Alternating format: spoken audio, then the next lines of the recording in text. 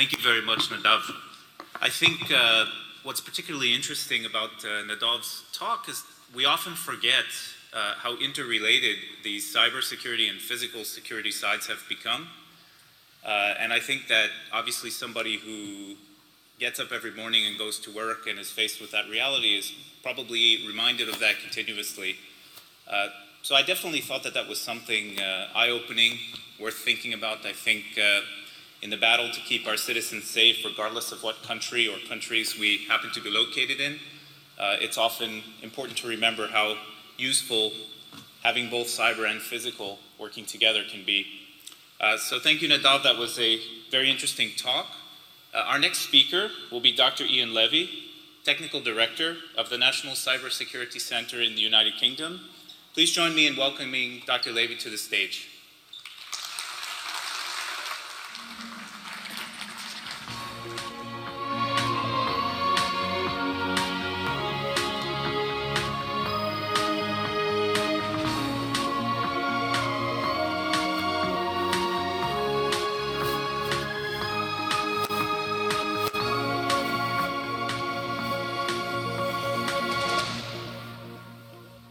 Morning. Ooh, hard audience. Try again. Morning. Thank you. This is probably not going to be your standard government cybersecurity presentation. You can probably tell from the title. There's a point to that, which I will come back to. So for those that didn't see my boss Kieran talk yesterday, the National Cybersecurity Centre in the UK is the single point of authority for cyber in the UK. So we've brought all the different organisations together into one new organisation to try and do a bit better. I'm going to talk a bit about what we're doing. But first of all, I want to ask you a question. Anybody know the answer? So you look around in life, every window you see is square, apart from windows on aeroplanes. Anybody know why? Hands up. Sir. I can't hear you, so I'm just going to agree that you said the right thing.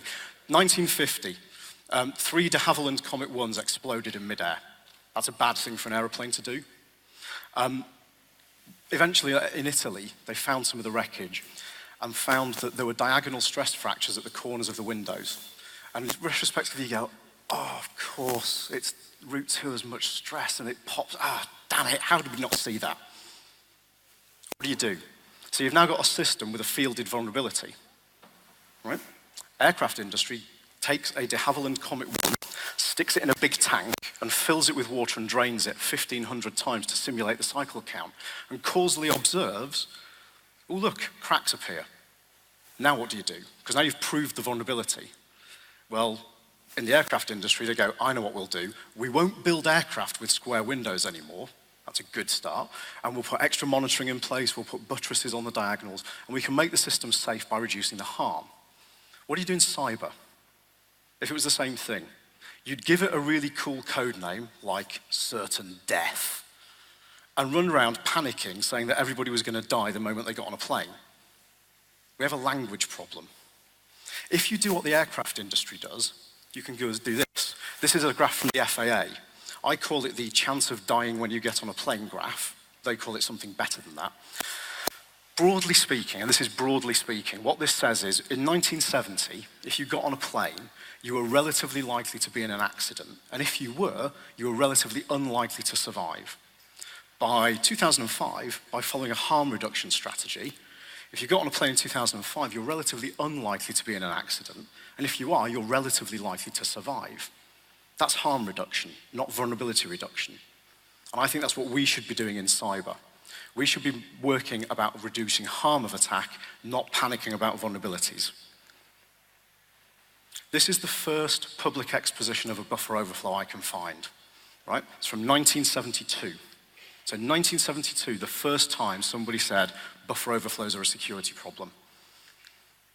Heartbleed, April 2014, 42 years later, it's the same software defect.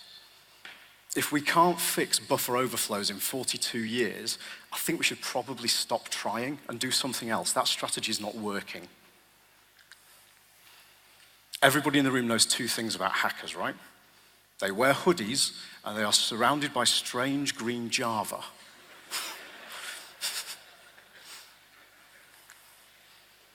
I think this is the real problem in cyber. So we call things advanced persistent threats, right? And cyber is the only part of public policy where there's no independent data. It's the only part of public policy where the public's view of what's going on is driven by a massively incentivized group of people, the security industry, right? And it's incentivized to make it sound like these attacks are purported by winged ninja cyber monkeys in China or Russia who can compromise a machine just by thinking about it. That's not true. They're bound by the laws of physics, but it drives a weird response. Back in medieval England, excuse me, back in medieval England, if you got a weird rash on your leg, you'd go to the wise woman in the village. You'd go to the wise woman and you'd buy a magic amulet from her.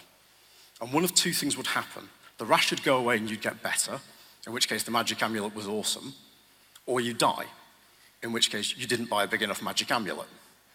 That's where we are in cybersecurity today. If we allow people to talk like that, it drives a fear. Oh, this is a 2xKCD presentation, by the way. There are 2xKCD. Who reads XKCD? Oh, the rest of you, you really have to start reading XKCD. It's awesome. So what we've got at the moment is a fear response that goes, I don't really understand what's going on. I don't really understand what the problem is. But this guy over here says if I pay him some money, he can fix it for me. Right? When XKCD are making jokes about how cyber is deployed, I think we've got a problem. That's what we actually see. The actual name for most of the attackers, they're not advanced persistent threats. They are adequate pernicious toe rags. They are adequate because they only do the minimum necessary, and we don't make it very hard for them.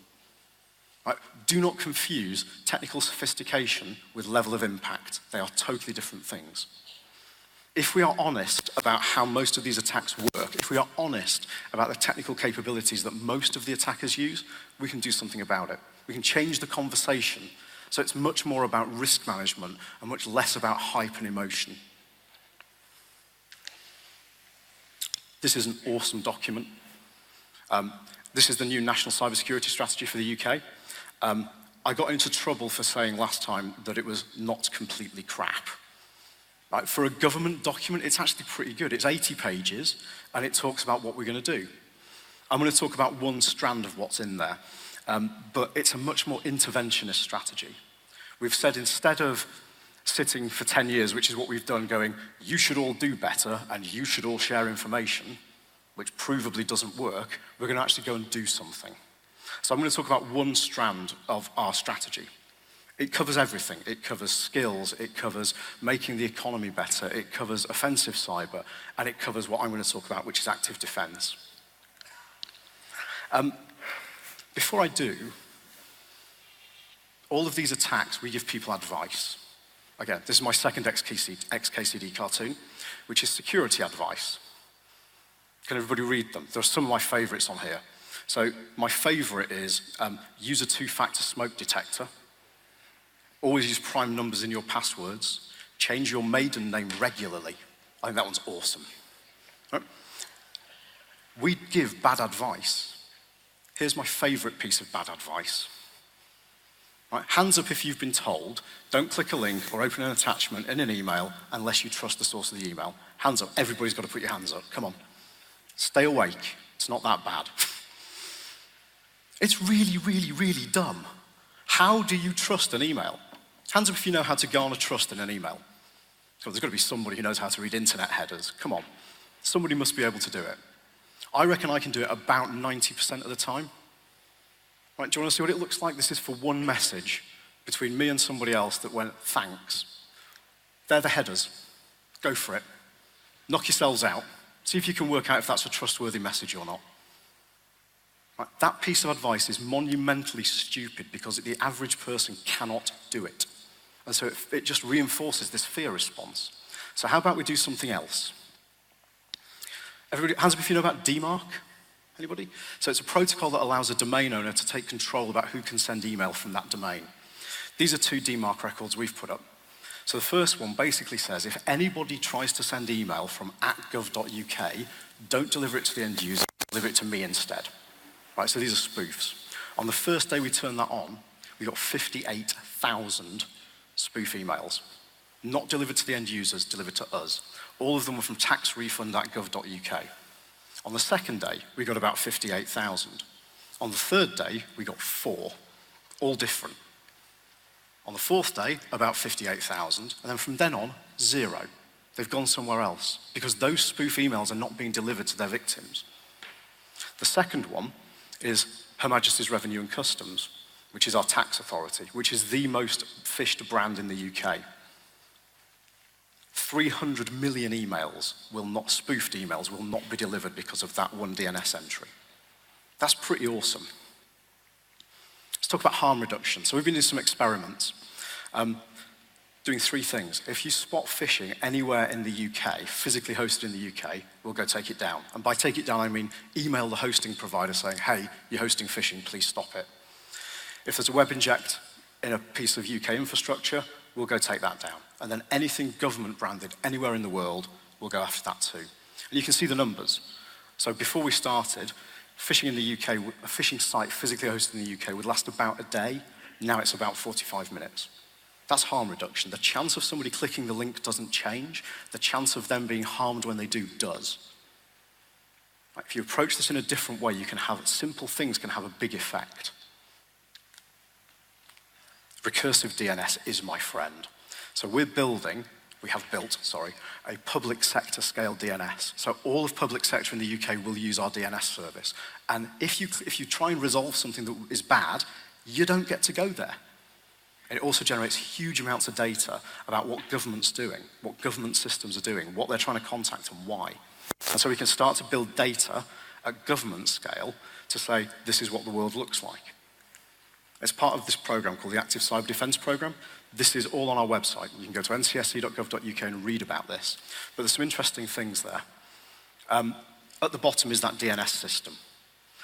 We scale by doing other things. So this isn't about protecting government, this is about protecting the UK. All of this is do it to government first and then scale it out. An interesting one there is the left-hand side, the internet service providers. We've had conversations with them that say, hey guys, it's probably not okay that your customers can hurt themselves without knowing. How about you protect them by default? And if you need data, you can have ours for free. If you don't need data from us, that's great. But how about we just protect people by default? Those are the sorts of national scale things that you can do if you start to look at the problem in a different way and you're honest about how some of these attacks work. Our scaling strategy is really, really simple.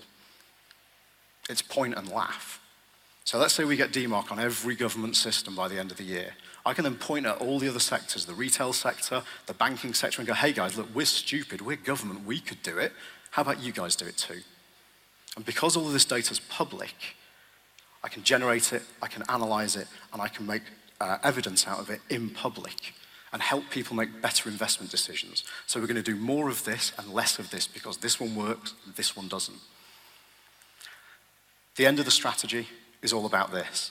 It's about moving the conversation in the UK from fear, which is what it is today, to published evidence and analysis, in public, transparently. If you want to change how cybersecurity is done globally, change how you talk about it. Thank you very much.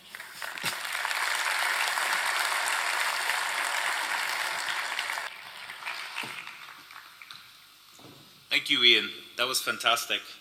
What I took from Ian's talk was basically that the data says I'm too dumb to be trusted and I need people like Ian to help me understand how the systems can prevent me from getting into trouble.